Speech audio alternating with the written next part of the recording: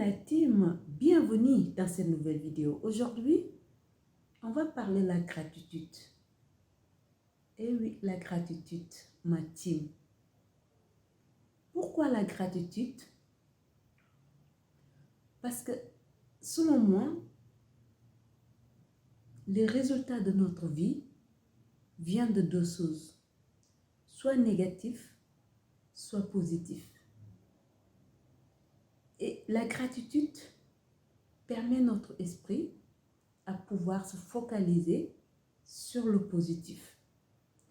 Et dès lors qu'on focalise notre esprit sur le positif, on attire de plus en plus des résultats positifs dans notre vie. La gratitude nous permet de pouvoir neutraliser notre esprit et pouvoir le orienter sur les choses qu'on aime. Dès lors qu'on laisse notre esprit vagabonder partout et dans tout, les résultats de notre vie deviennent pareils. Un coup, on lutte. Un coup, on est malheureux. Un coup, on est joyeux. Un coup, on est submergé. Et la gratitude nous permet de focaliser notre esprit sur les choses qu'on aime vivre dans notre vie. On ne peut pas penser négatif et avoir des émotions positives. On ne peut pas focaliser notre esprit sur les choses qui ne nous plaisent pas et attirer des choses qui nous plaisent. Ce n'est pas possible. Donc la gratitude, selon moi, ça nous permet de focaliser notre esprit sur les choses qu'on veut voir apparaître dans notre vie et sans lutter contre. Parce que la gratitude, qu'est-ce que c'est? La gratitude, déjà, qu'est-ce qui est la gratitude déjà pour commencer? Pour moi, la gratitude, c'est l'inverse de ce qu'on a l'habitude de faire. Parce que la plupart d'entre nous, on a tendance à dire « je serai heureux quand j'aurai ceci et cela. Je serai heureux quand je ferai ceci et cela. » Et la gratitude, c'est l'inverse de ça. C'est d'être heureux avant de recevoir ce que tu veux recevoir. C'est capable de remercier la vie ou Dieu ou l'univers sans pour autant de recevoir quoi que ce soit. Et dès lors où tu es capable de focaliser ton esprit sur cette gratitude, sur ce remerciement quotidien, tu verras que ta vie il va se transformer, mais d'une manière radicale. D'une manière très, très, très radicale. Je sais de quoi je parle. Car ma vie aujourd'hui, il est tellement apaisé, il est tellement serein. Je suis arrivée au point dans ma vie où je n'attends plus rien de la vie. Tout ce que j'attends de lui, c'est ce qu'il dresse sur mon chemin. Et tout ce qu'il dresse sur mon chemin, je vais me débrouiller pour le rendre positif. Et je pense que pour ça, c'est la gratitude qui est le meilleur moyen pour nous aider à pouvoir transformer tout ce qui est négatif en positif. Parce qu'à partir du moment où tu focalises ton esprit sur la gratitude, tu es sur le pouvoir de l'amour. Et l'amour peut transformer tout dans la vie. L'amour, c'est la force tranquille qui transforme tout négatif en positif. L'amour, c'est la force positive qui dégage tout obstacle sur nos chemins et qui nous montre l'essentiel. Dès lors où tu focalises ton esprit dans la gratitude, tu vas voir. Essaye-le dans ta vie quotidienne. C'est-à-dire, il ne faut pas juste écouter des conseils sur les réseaux ou lire des bouquins sans l'appliquer dans ta vie. Car peu importe ce que tu puisses entendre dans la vie, si tu ne le pratiques pas dans ta vie quotidienne, tu ne peux pas voir les résultats. En sachant que acquérir une mauvaise habitude est plus facile que installer une bonne habitude. Je sais de quoi je parle. Ça fait 7 ans que je travaille sur moi et jusqu'à présent, j'ai des démons qui restent en moi.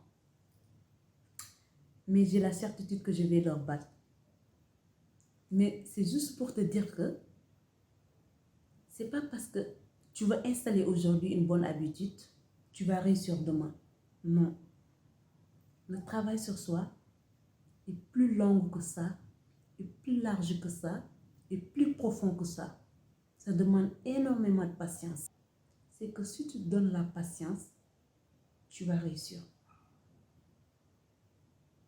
Mais pour commencer, focalise ton esprit sur la gratitude.